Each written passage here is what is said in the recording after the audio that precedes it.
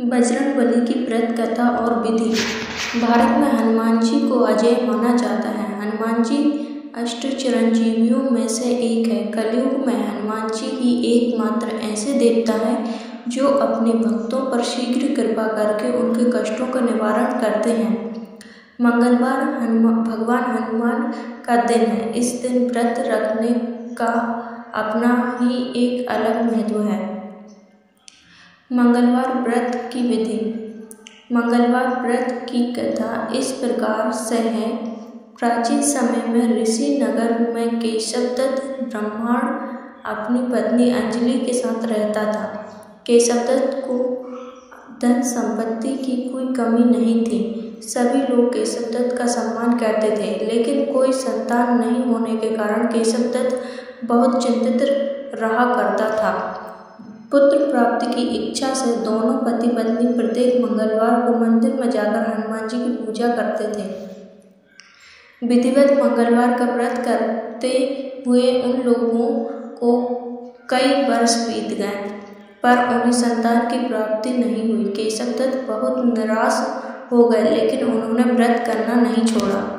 कुछ दिनों के पश्चात केशवदत्त पवन पुत्र हनुमान जी की सेवा करने के लिए अपना घर बार छोड़ जंगल चला गया और अपनी धर्मपत्नी अंजलि घर में ही रहकर मंगलवार का व्रत करने लगी। इस प्रकार से दोनों पति पत्नी पुत्र प्राप्ति की इच्छा से मंगलवार का विधिवत व्रत करने लगे।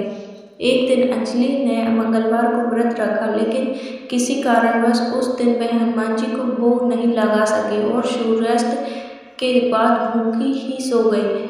तब उसने अगले मंगलवार को हनुमान जी को भोग लगाए बिना भोजन नहीं करने का प्रण कर लिया।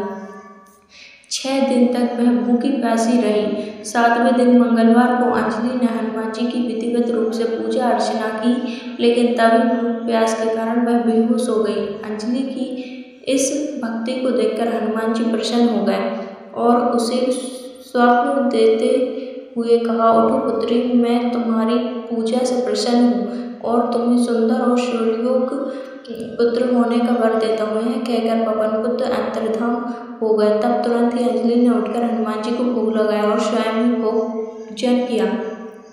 हनुमान जी की अनुकंपा से कुछ महीनों के बाद अंजलि ने एक सुंदर बालक को जन्म दिया।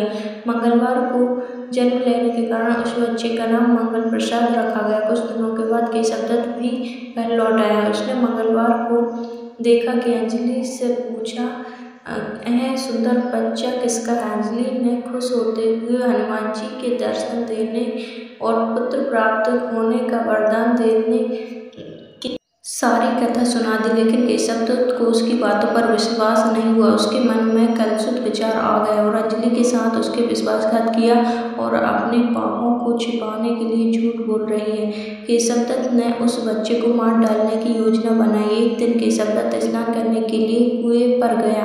मंगल भी उसके साथ था। केशवदत्त ने मौका देखकर मंगल को कुएं में फेंक दिया और घर आकर बहाना बना दिया कि मंगल तो कुएं के पास पहुंचा ही नहीं। केशवदत्त के इतने कहने के ठीक बाद मंगल दौड़ता हुआ घर लौट आया। केशवदत्त मंगल को देखकर बुरी तरह हैरान हो उठा। उसी रात हनुमान जी ने केशवदत्त को स्वप्न में दर्शन देते हुए कहा, तुम दोनों के मंगलवार के व्रत करने से प्रसन्न होकर पुत्र जन्म का वर मैंने प्रदान किया था, फिर तुम अपनी पत्नी को उल्टा क्यों समझते हो? उसी समय केशवदत्त ने अंजलि को जगाकर उससे क्षमा मांगते हुए स्वप्न में हनुमान जी के दर्शन देने की सारी कहानी सुनाई। केशवदत्त ने अपने बेटे को हृदय से लगाकर बहुत प्यार किया। उस दिन के बाद सभी आनंदपूर्ण रहने लगे। मंगलवार का विधिवत व्रत करने से केशवदत्त और उसके परिवार के सभी कष्ट दूर हो गए।